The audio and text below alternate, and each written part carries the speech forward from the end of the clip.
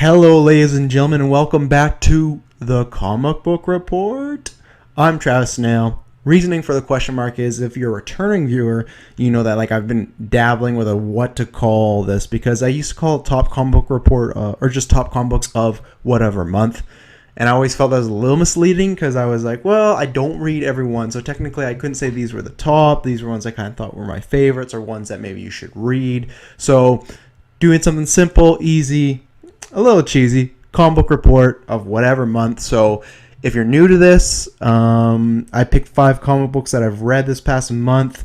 Usually, most times it's going to be Marvel and DC. I don't really read much of Dark Horse or Image or anything like that. But so I usually pick 3 of one, whatever. I try to pick ones that are starting a new arc or ones that are a number 1 in a series. Like today I'm talking about Jessica Jones, the first one, because you could easily jump on. And it's ones that I'm obviously interested in but I am still reading like Daredevil in the mid and like Moon Knight, ones that I've recommended before, but I usually only pick them if they're starting points or maybe end of a really good arc because there's not much point to talk about. There's one in here today that's kind of in the middle one, but I just picked it because truthfully it was one that I had the most fun with. But yeah, I pick it on base of importance, base of some fun, base of something new too. I like to try something new because a couple weeks ago or 2 months ago, and like I said, I haven't done this. I missed September. I was very busy, so I have one September comic book I'm going to shout out. But I talked about Suicide Squad, and for me, I actually haven't read more of it, but I read that, started, and then haven't really read any more. I actually bought the 2 issues after, so I'm going to read it and see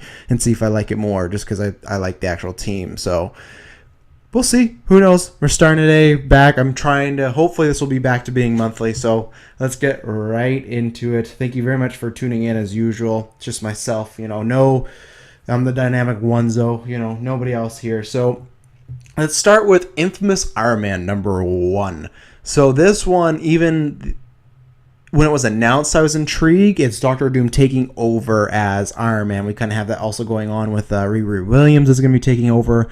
I think they said she's eventually going to be called Ironheart, but I'm excited for that. So I think that comes out November. So I'll be reading that and reviewing that here because I'm very intrigued to see what they do there. But even more so, I was intrigued when they are announcing Marvel Now was Dr. Doom as Iron Man. Love Dr. Doom.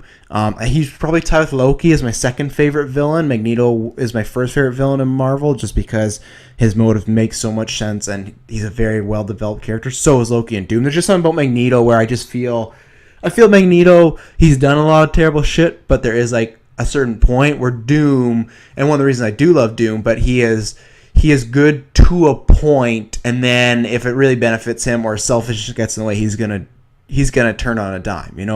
There's a man who sacrificed the love of his life just to get some spiritual powers and whatnot. Where Magneto, I know he's done some bad stuff, but I just think him and Loki have done a lot more worse. But who knows? Loki's running for fucking president right now, which I did read. If you're enjoying that, let me know. I read the first issue, wasn't really for me, and I love Loki. But Doom, one of my favorite villains of all time, probably top 10. I've talked about this many podcasts, been waiting very, very long for them to get him right in the movies. And that's why, this is not to take a detour in the movies too much, but this is why I've always wanted Marvel to get him back, is because after Infinity War, that's been the whole talk, where do you go? You got Skrulls, possibly you could do maybe Galactus or stuff like that. You could do Kang, even though Kang the issues or whatnot. But the thing is with Doom, he could easily be a phase 4 to 6 villain if you play him right. If you just use him for one movie, make him kind of cool and kill him off, then you've missed the point. Doom is a Sauron type figure, not as far as his powers or what he's after, but just you could build to him, and I've always liked that. He's always been a threat in comics. I read only the first few issues of Invincible Iron Man, then I fell off. And I actually really liked it. It was just one of these I just was liking other stuff more, but I really liked it and just kind of fell off. That happens sometimes. I'm probably going to read them all. I think they're coming to an end here now because Tony Stark may or may not die in Civil War. They're being pretty coy with that, but I'll probably read them all the same way as Drax. I really like the CM Punk ones, but I just fell off after 6, but I've bought up to 10. So it's just, unless and I did that with Vision as well. I read it about 4. So I buy the volumes, or I buy them if I've already bought a few issues. I go all the way out. I usually, back to if you're new, I usually buy digital because I live in Kelowna. Kelowna sucks. If I want to read Civil War 2 new issue right away, you're going to wait a couple weeks, you know? So that's for me why I do buy digital. I would much rather buy physical, but then again, if I'm buying physical, I'd rather get a nice big volume. So anyways, to the actual issue, Infamous Iron Man had me intrigued. Marvel Now, yeah, it's another reboot, but whatever. It's a way for new viewers to get in. Like, I get why people can be mad, but it's just like, it happens in comics, so it's going to keep happening. Like, we kind of have to live with it. And I kind of like it because it's time for, like, there's the ones that I might jump onto, which I have not before, you know? So, jumped onto this. I'm a Iron Man fan, but Oz Iron's not really in it. I'm a huge Victor Von Doom fan, and yeah, so I was very excited for this. Pretty good issue. I think it's one of these, I talked about Wonder Woman a few months back, where it's like, the issue alone was good, but not like amazing. But I think when you enroll in the whole arc, it's gonna be really good. And that's actually the same thing as Wonder. I want to revisit Wonder Woman here soon. But with Doom, I think this was a nice setup. There's a really cool, and for people that are new to this, I do minor spoilers. If there's any deaths or any big twists, I will not talk about unless I preference it. There was this really cool meeting with villains and whatnot, and that's the thing, the villains even seem intimidated by him. That's what I've always liked. He's always just had, for the most part, people that have written him have written him pretty good. He's always had this power, this intimidation that I really like, and he's a very strong presence, even on page, when it's like, it's not like, he kind of comes to life, and the writers do a good job of making him intimidating, but not making him overly violent or overly like angry or anything like that. It's just his presence. It's just the simple way he'll like sit and say one statement and look at people, and that's when even villains are kind of shudder in fear of him. So I liked that. I got some notes here. Yeah, it was a very intense. So they're playing up this thing, and obviously they're gonna play up the mystery of Doom's motives. I really like that because he's gonna be Iron Man, you know. And there's one point where somebody is kidnapped that is on the good guy's side, and Doom does rescue them. And it is this thing of like, why would he do this? You know, so they're playing with that. Obviously, I imagine at the end of the day, once again, he's trying to do good. Many, I think he's always trying to do good. He just maybe takes it a little too far. You know, this is a guy who's seen visions of the future, and it's the whole, the visions he's seen is if he's not running or controlling the world ends, the world's over. That does kind of have to fuck with you. Yes, he's like an arrogant, very cocky, selfish, self-righteous character, but at the same time, that does have to fuck with you. If you saw something where it's like, oh, everyone dies unless you come to power, that would kind of mess with you. So that's why I've always liked Doom, and yeah, he does do bad stuff, but that's why I give it the edge, because it's like, he's seen stuff and been through a lot of stuff that makes him feel this way. Once again, same with Loki, same with Magneto. Any good villain needs those propelling moments of why you understand. There's a few, like a Joker, like a Carnage, where you're kind of, they're so cool or so well written that it doesn't matter that like Cletus Cassidy's motives is just he loves to kill people, and it works. He could easily come off cheesy, but it works. With Doom, he's much more complex. So we're getting this big setup, and that's pretty much what the whole issue is. It's a lot of setup, but it's good setup. But setup of like why he may be doing what he's doing, and you don't really get a vision into it. You don't really get to see. There's no hints of it yet. Obviously, he was working with Iron Man a bit on Iron Man, and once again, it's always for his own gain. And I don't think he's going to be becoming like more on the good side personally. They've done that with like Magneto. I think right now is in the Uncanny X-Men. I'm not reading the Uncanny X-Men, but I think. And I read like parts of I read the first issue of the Civil War X-Men or Mutants, whatever they called them, and he's good now. So I don't think Dr. Doom is going to be a full-on good guy. You know, I wouldn't mind it. I don't mind. Like most good villains eventually turn into a hero, and that's what happens in comic books. You know, it's you want to do something new, something fresh. So I could see it. There's a really cool thing in here. Minor spoilers, but if you're keeping up to date, it wouldn't be a spoiler. Well, like I said at the beginning, they're playing coy with what happens to Tony after Civil War, because we know he's not Iron Man. So either he's going to go on the run, he's dead, he's in a different dimension, something like that. I don't know. I think they might kill him in Civil War 2. Who knows? I don't know. I actually haven't read the newest one. I think it's out. I gotta buy it. I just wasn't in a rush because the last one was like, oh, meh. Go check that out. I reviewed it last time. But anyway, so I don't think he's going to be full good guy, but Tony is gone. So he is in Tony's laboratory and whatnot. He's looking around, and Tony just appears, and they have a conversation. it's revealed that it was like an AI. It's just kind of like a hologram of Tony. But it was a really cool scene, and the AI felt a lot like Tony Stark. So that was cool, and I like stuff like that. If Tony is dead or something like that, that's a way to carry it on, carry him on. So I like that. I got a kick out of that. It has a good cliffhanger, a good kind of, we'll see. It's very much like I talked about. Go back and listen to, I think it was the first episode, the Wonder Woman, the very first of the Rebirth. Very much of like that. Lots of setup, good setup, and I'm interested. Same thing as this. I'm interested. I was interested in that because I love Wonder Woman. I'm interested in this because I love Doctor Doom. So I'd give this, I think I'd actually give it an 8. I quite enjoyed it. I think it's really well written. I like Doom character. I'm intrigued to see where it goes. So yeah, an 8, very good. I pick it up, especially as number 1.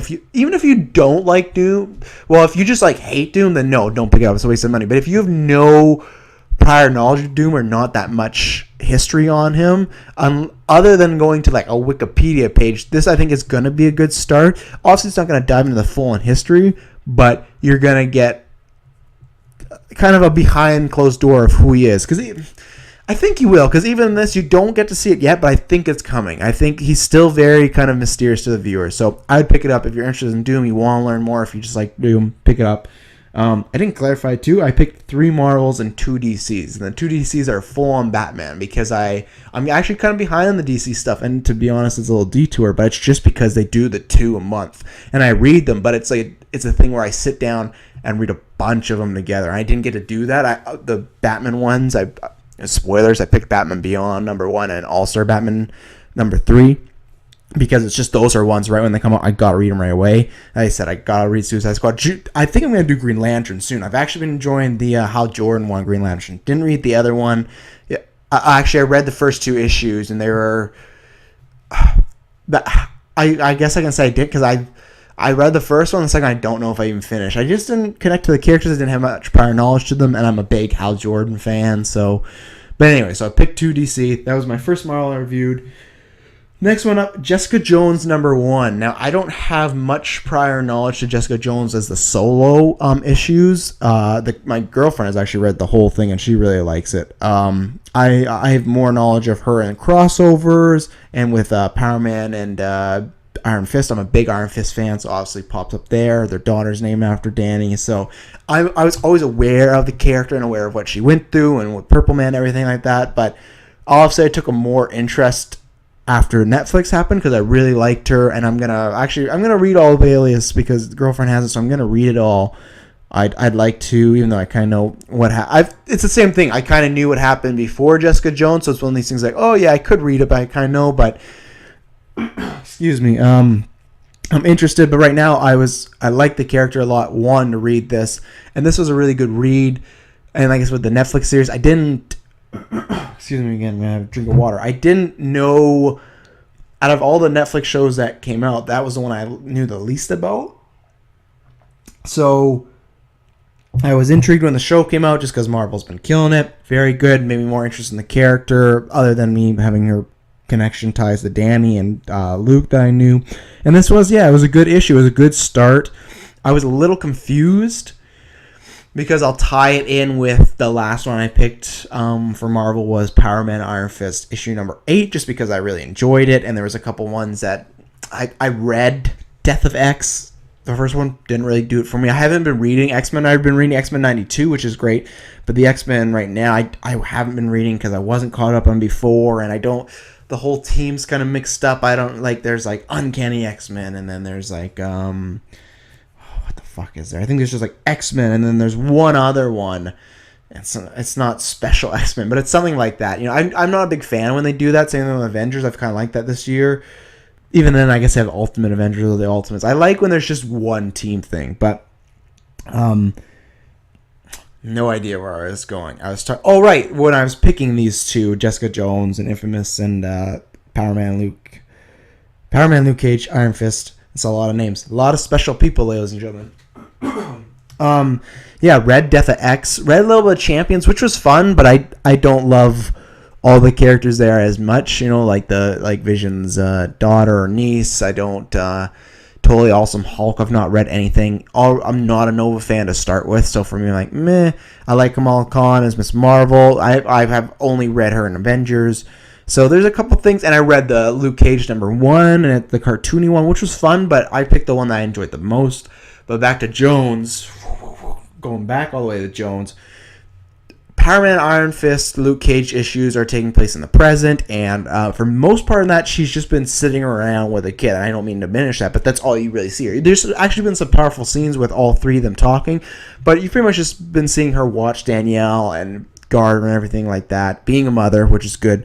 So with this, the issue starts minor. I'm going to get a little spoilers here. I'm not going to spoil full-on events, but just kind of the plot. It starts with her in, like, prison or jail or some sort, and I guess she's on, like, a boat prison or a boat jail. I'm not sure if they're going to tie this in the Civil War II. It ends with somebody apparently bailing her out. She's asking all these questions. They don't give her an answer. She jumps off this boat. Actually, I don't know if someone bailed her out because she keeps asking. It's really mysterious why. They're walking around. They kind of say someone's supposed to be there to meet her. And she jumps off this boat. She swims back, go to her alias office. And at this point, there are a couple people have asked her. And like I said, I won't spoil the whole thing. So I'll just use a couple people, Dr. Evil, finger quotes. Asking her where the baby is, and it turned out it was their daughter, Luke Cage's, and Jessica Jones, which is not a spoiler because if you're reading comics right now, they have a kid. I didn't really understand because it just seemed like the kid for the first half issue. This was like I felt this was a prequel, honestly, because of her being in jail and her not having Danielle. She's always with Danielle, and in the Luke Cage Iron Fist series. None of this has been hinted at. None of it. She was just doing her own thing, helping them out every once in a while. So this seemed kind of strange and kind of jarring. And the thing is, it's a good issue. The case she gets is good. I have to go into some spoilers here because she's getting this case because she needs money. And Luke is not in this at all. And Luke makes an appearance at one point at the end. So like I said, spoilers if you want to skip ahead. He's like, where's our daughter?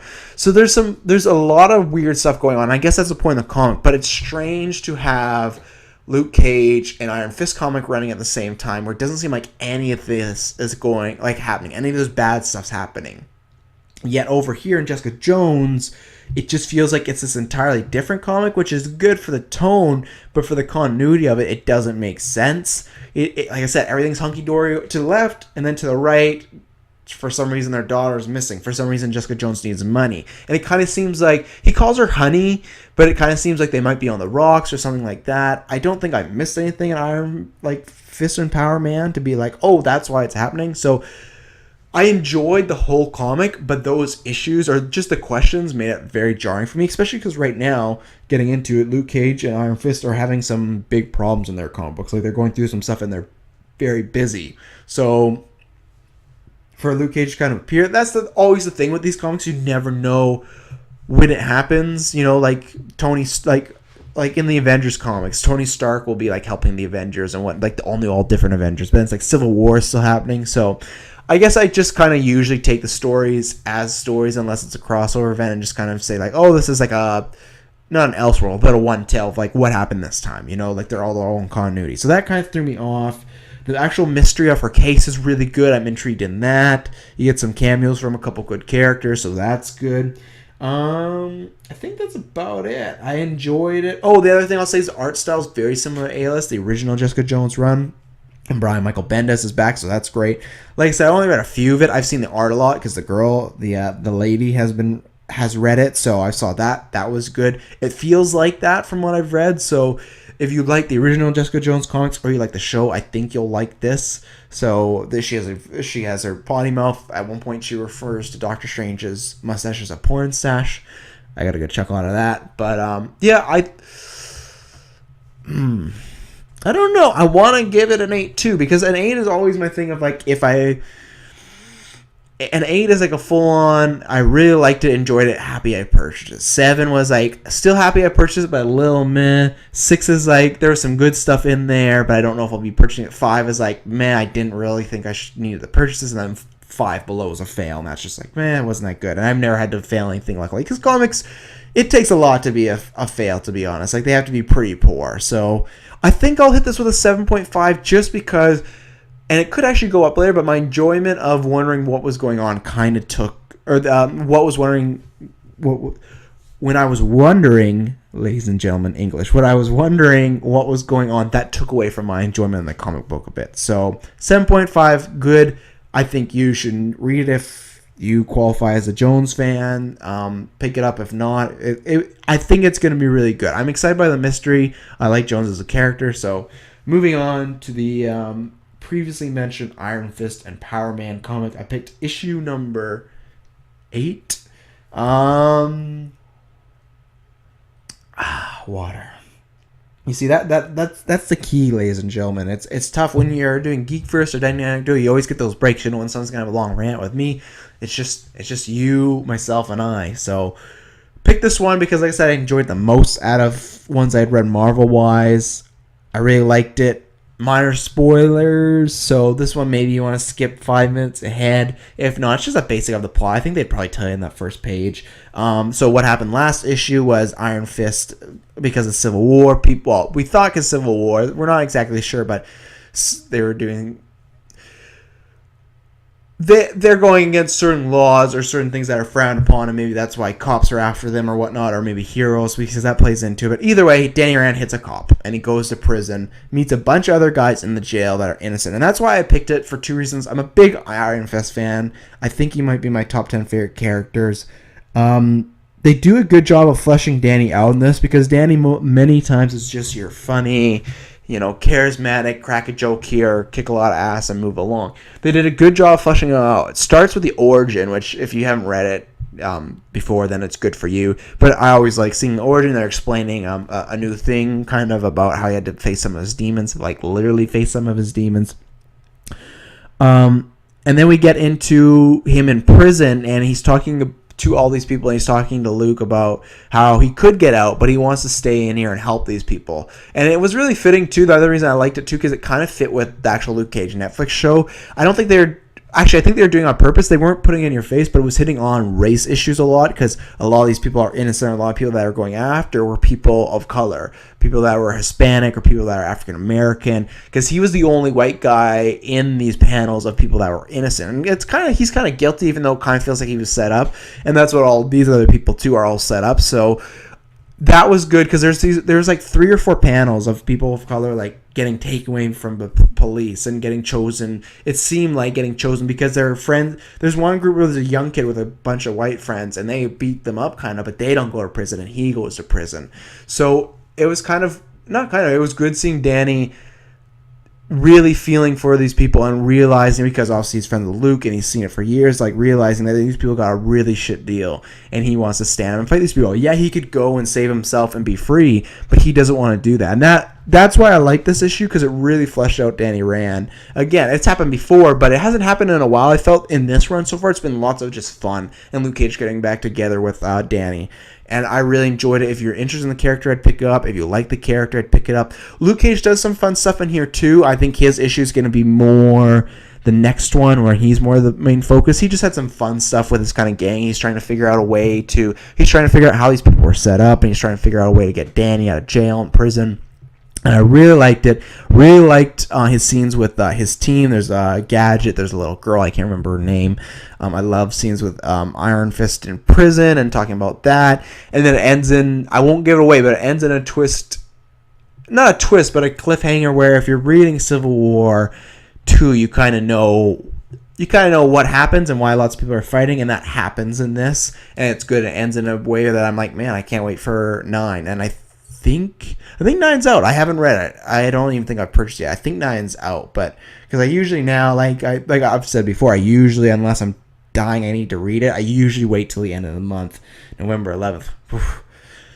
Don't get to read them as quick as I wish, but I usually wait to the end of the month and read a bunch, and especially for this, I'll read primarily if I know I'm going to do the podcast. I'll be like, okay, just read the October issues, unless it's All-Star Batman, because Scott Snyder. But unless it's something I really want to read in November, be like, okay, just wait. You got a whole month to read those, get to them. So all three of these I'd pick up. This one I would give an 8.5. I really enjoyed it, actually. I really liked it. Like I said, it was that prison stuff. It was seeing Danny interact with the people and showing his softer side, because it's hard with comedic characters. Sometimes it can come off too forced. I feel like that does happen with Deadpool sometimes, when he has his daughter involved or whatnot. There's other times, like the last run when Deadpool dies or whatever, I feel like it worked. But some other times, because he's so over the top and so goofy and so out there, when they turn it and he has to start caring about someone, it feels a little forced upon you sometimes. So 8.5, really enjoyed it. Let's move over to Detective Comics. Like I said, I picked 2 Batman. I love Batman. And there's a lot of arcs too, like Wonder Woman I'm really enjoying right now. Like I said, I haven't started Squad back up. Hal Jordan I'm really enjoying, but all the ones in DC right now, it's kind of the reverse, where a couple months ago all the DC rebirths were happening and Marvel's in the middle, so I did more DC. That's kind of what's happening right now with Marvel now. There's a lot more jumping on points, a lot more things that not only I can get into, but you viewers and listeners could get into, where right now the ones I'm reading with DC are all in the middle of arc. So I think the next time I'm going to do Hal Jordan will be in the middle of one. It's one of the main reasons I picked Batman. It's one of the last one of the last rebirths. There's also Blue Beetle. I've not got around to reading. I actually really want to, because I just watched Young Justice, which congratulations to them. They're getting a 3rd season. I jumped on after it was canceled, just because it felt like 3 years ago, animated shows on TV were doing really well, and then there was this new thing. Like, think about like Avengers: Earth's Mightiest Hero. They changed it to like the kind of the movie version, and man, it's not that good. Ultimate Spider-Man, I hear it gets better, but the first couple episodes did not like. So when I heard about Young Justice, I was kind of like meh, and I didn't really know much of the characters either. I think the other thing is too, in history, when they do a lot of knockoff characters, it can come off really bad and really poorly done, and kind of just like in a cash-in. So when I just saw, female Mr. Martian, female Martian Manhunter, Superboy, other than Wally West, who I've grown to like a lot more over Rebirth as well. Other than him and Robin, I didn't really like Aqualad. Before this, fuck Aqualad. I didn't care about Aqualad. I didn't care about Arsenal that much. And especially I think people really like him in the Green Arrow show. I never liked Roy Harper in the Green Arrow show. He's good, but I'll say he's good at doing what he does. But that's the thing of Young Justice. They really got me into Blue Beetle. I have finished it. It's a great show. I'm very excited for season 3. I'm going to be watching that one weekly. And I just didn't get around to it. I want to. I might do a shout out maybe next month, because this is technically a September one. But if you are a recurring viewer, you know that I said that I'm for sure reviewing Batman Beyond, because I love Batman Beyond. So we'll get into it. I guess we'll just start off right off the bat. Yeah, Batman Beyond, DC Rebirth number 1. Love that Terry's back. Did not read much of, I think it was, I can't remember if it was Tim that took over as Batman Beyond or whatever, or if it was Damian Wayne. I think it was Tim, and I didn't like that.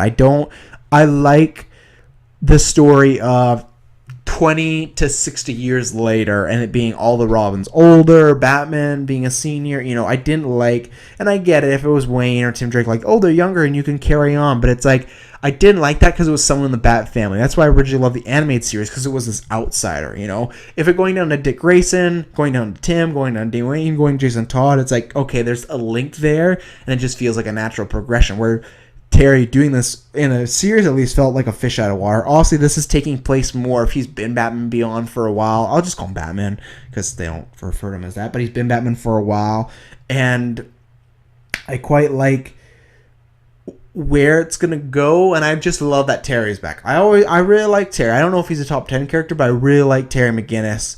I like the dynamics I always had with Bruce, because he gets to see Bruce in his most depressing, sad years, and it's this guy who's always just like, Bruce makes it hard for him to like him, but he still likes Bruce. He understands, but then he still gets the ripple effect of other people being like, well, we kind of don't talk to him because of this, and we kind of don't talk to him because of this, So I really like Terrence. I really like Bruce. I love that dynamic. I love the Terry McGinnis idea and story. So the second they announced he was back and they were doing a new one, I was automatically in. Love Batman Beyond. Love the concept. Really cool.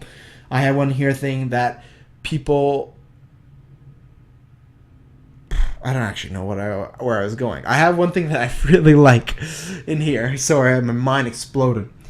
Terry's wit in here is really good. I guess that's always the other reason too I liked him, is because he didn't come from Bruce's camp. I guess Dick is all the Roms have a little quippy witness to him, but I felt like Terry was the most because he didn't spend those years with Bruce. You know, like he wasn't like hammered down by Bruce Wayne's like depression and sadness. So I felt that he always had like a bit more happiness to him, a bit more funness to him, but still dark. His dad got killed by a bunch of Jokers. That's the other thing. I just love the world. I love that the Joker inspired like these gangs. It's called the Jokers, you know. I have this in here, and I'll stick by it. In the art, I'm not a fan of his eyes, and I can't remember how they go, but it's not the same like slits they did in the animated series or whatnot. They just kind of, I don't know, it just looks a little off. It's just a little note I put in there. It looks a little off. Not a fan. I hope it kind of changes. If not, it's not going to be a big deal. It's not like a big, oh, you lose a point off your rating. It just was like, meh, not a big fan of the eyes. So Bruce is gone. I can't remember. Oh, why was he gone? I can't remember. I don't know if he's dead or he's gone. I can't remember because I read this one the day it came out. So I can't remember. Bruce is gone. And then I posed the question if Joker was still alive, because they jump into this not really filling in much of the blanks of the past. So even if Bruce is gone or if he's dead, they don't really explain how or why or anything like that. So I'm sorry I don't remember that. I should have wrote down, but I just had Bruce is gone and I was asking Joker's alive. I did like their playing up. Once again, we're filling in the blanks. And maybe they could have touched upon this in the old Batman Begins series. I don't know. Or Batman Beyond, because I wasn't reading it. There's quite a good struggle of him trying to reconnect with Dana, who's like his classic like girlfriend, love interest, you know, love of his life. There's a struggle there to connect with her. I really like that because they've always kind of had this class comic will they, won't they? But I think I always understood it more because he's very much like the Spider-Man version of Batman. You know, he's in high school, he's in college, he's trying to deal with all these things, and he doesn't even know if he should reconnect with her. I liked that. And then the ending is really good. Skip ahead 2 to 5 minutes if you don't want to be spoiled at all, because I really liked it. So it ends with, obviously, he's going after Jokers and whatnot, and finding people. It ends with us seeing the Jokers on life support, and they're like keeping him alive. And he looks a little bit buffer too, but they're keeping him alive. That literally, when I read that, gave me goosebumps. It was so cool. I love that. Anytime you have people from the past, those were, for me, I love the original episodes, but some of the episodes of like Mr. Freeze being in there, and when Ra's al Ghul comes in, and the amazing Return of the Joker film in Batman Beyond, those stories are always good. Of course, I want Terry to have his own villains, like a Spellbinder, but I do like seeing him interact with Batman's lore and Batman's rogue gallery, and because it's this whole new dynamic of kind of a veteran versus a younging, and you've heard, and that's why the Joker's perfect. You've heard imagine as a kid growing up, if the Joker was real, and imagine you growing up as a kid and hearing all these stories your whole life. He's pretty much like Gotham's boogeyman, and hearing about that, and then seeing that you have to go up against this guy, and this is a guy who, yeah, he's just a clown, but you've always known that he's the guy that took Batman to the limit. So I always love that dynamic. I'm giving this, I think a 9. Had some good action there, had some good character development, a little setup. So I'm giving it a 9. I usually give it 10 to ones where I put down like, man, that blew me away. So yeah, I'm giving that a 9.5. Really like that. Finally, we'll end off with All-Star Batman number 3. I didn't get to talk about number 2 last time, but number 2 was great. I'm loving this. Scott Snyder, I already talked about last time. He kills it. He does such a good job with Batman. And this is something I want to see, an animated movie or a movie of Batman and Two-Face on the run, away from villains, away from hitmen, everything like that. And it's just constantly taking these twists and turns and places where you didn't even think you would go. And that's another thing I like. We're seeing Batman in the daytime. We're seeing Batman fight in a restaurant while people are around. You know, like, we're going to places where we haven't seen before. And Scott Snyder is doing things that we haven't seen before or read before. And I really like that. And this whole dynamic of the origin now in this world of Bruce and Two-Face being friends when they were a kid, and just talking about... I won't get in that because it's a little spoilery, and it's just kind of retreading it if you've read it, and it's a big dialogue. But they show their connection as kids, and that I always like that.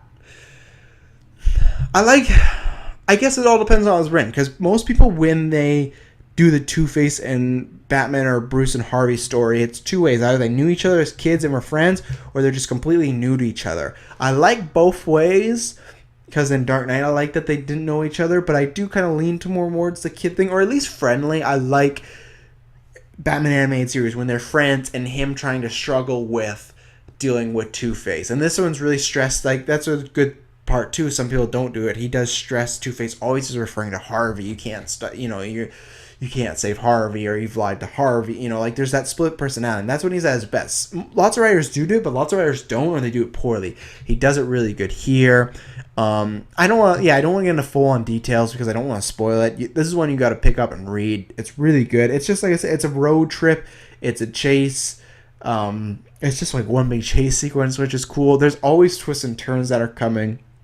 There's some appearances, like I said. Minor spoilers, but I had to shout out Royal Flush Gang. Love the Royal Flush Gang, especially talking about Batman Beyond. I don't know. There's a look about them. I always like Batman's relationship with 10, but that was cool. KG Beast makes an appearance here. It's just kind of like a thrill ride of a comic. Like, it's everything, at least I want in a Batman comic. I've said before that the ones happening right now, I'm not the biggest fan of, but I'm really enjoying All-Star Batman. I did 4 is out. I'm not going to talk about 4 because I'm probably going to talk about that next month. But now we'll get into like a few minor spoilers and whatnot. So you can tune out or skip ahead or whatnot. But this will be the last one. So it had a good cliffhanger. Oh man, what the fuck is that guy's name? Duke. I think his name is Duke, Batman's new sidekick. I don't know who he is. Haven't read much of him. Just been reading the Scott Snyder Batman stuff. He's alright so far. He's good enough. I like his yellow costume and his little horns. And I'm not going to get into it too, but they have a good conversation. And the classic, like, Batman with younger sidekick conversation about why Harvey's important to him and why he needs to save him and why he can't just give up or just go home or just put him in jail or anything like that. Like, he really stresses why he needs to get him to this certain place. And Duke is questioning, like, he doesn't even know if this cure is going to work for Harvey. He doesn't even know if there's a possibility of Harvey coming back. But Bruce stresses and tells a story about them being kids and everything like that, like why they need to do it. And he's pretty much just saying, like, this is something I need to do. You're either with me or you're not. And of course, classic Robin or whatever sidekick, like, oh, of course I'm with you. They can be mad at Batman, but they're gonna be with him to the end. But that was my first time of connecting to Duke. Like I said, so far have no reason to, but it was my first time connecting to Duke.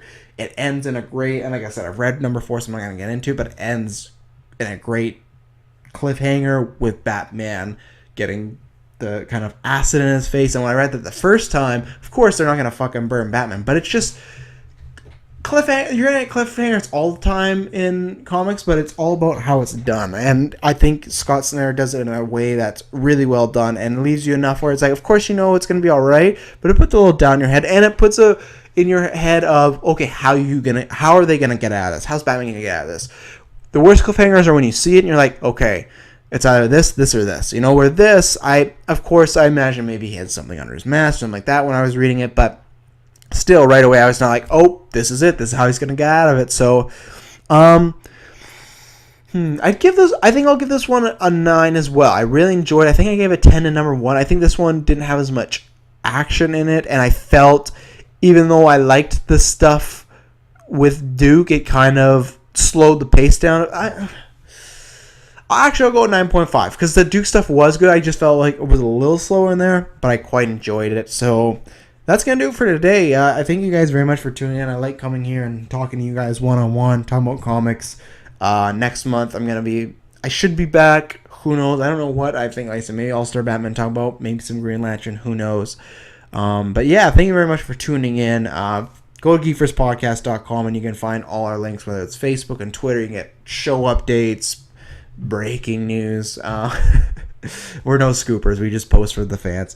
And then, yeah, you can go anywhere from SoundCloud, iTunes, Google Play, Stitcher for audio. If you want video versions, you can go to Twitch, or you can go to, more importantly, YouTube.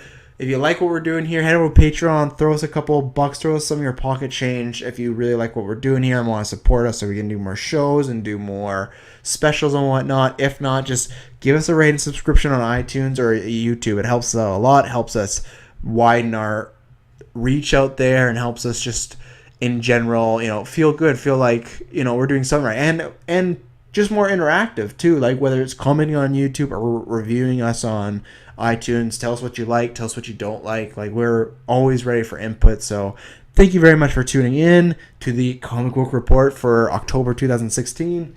We'll be back next month. Until then, as Dynamic Duo would say, we'll see you later.